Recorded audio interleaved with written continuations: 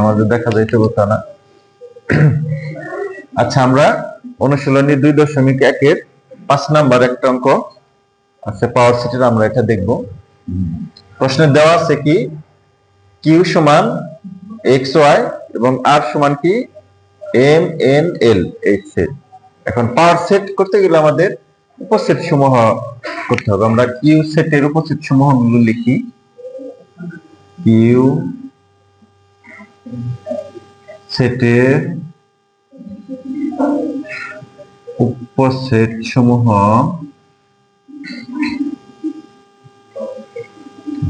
দেখো, উপসেট সমূহ কি কি আছে? এক্স ওয়াই দিয়ে একটা নিলাম, এরপর এক্স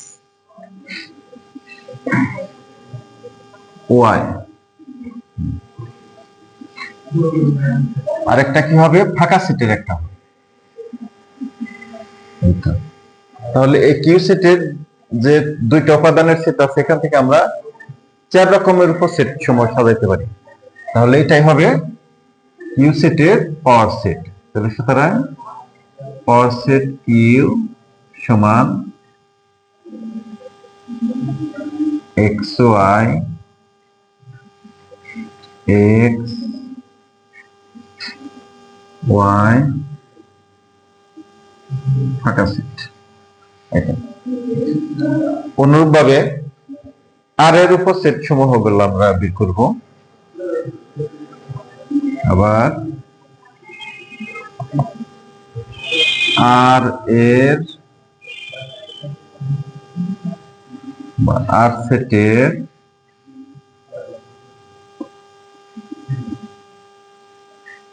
উপসেট সমূহ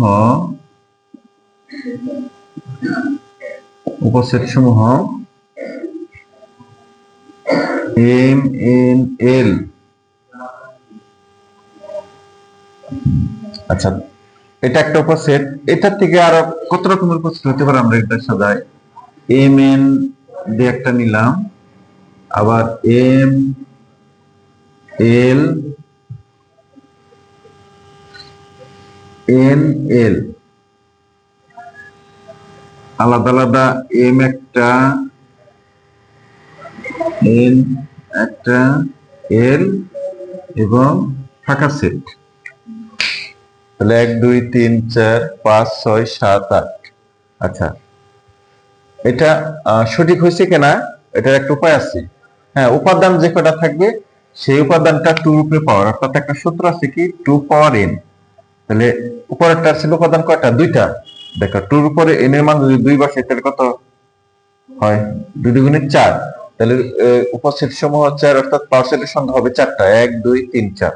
তাহলে এটা সঠিক হয়েছে। আচ্ছা, পরেরটাই দেখি। উপাদান কত? 3। তাহলে n এর মান যদি আমরা 3 বসাই তাহলে কত হয়? 8। তাহলে এখানে উপসেট কয়টা? 8টা, 1 2 3 4 5 6 7 8। তাহলে আমাদের এই মানটা কি আছে? সঠিক আছে। লেখা যায় তাহলে সুতরাং পি পাওয়ার সেট আর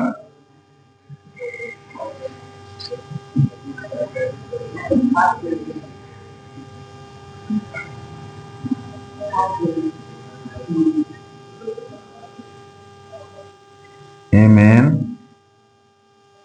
M L N L M N L এবং ফাঁকা সেট। এটাই শেষ।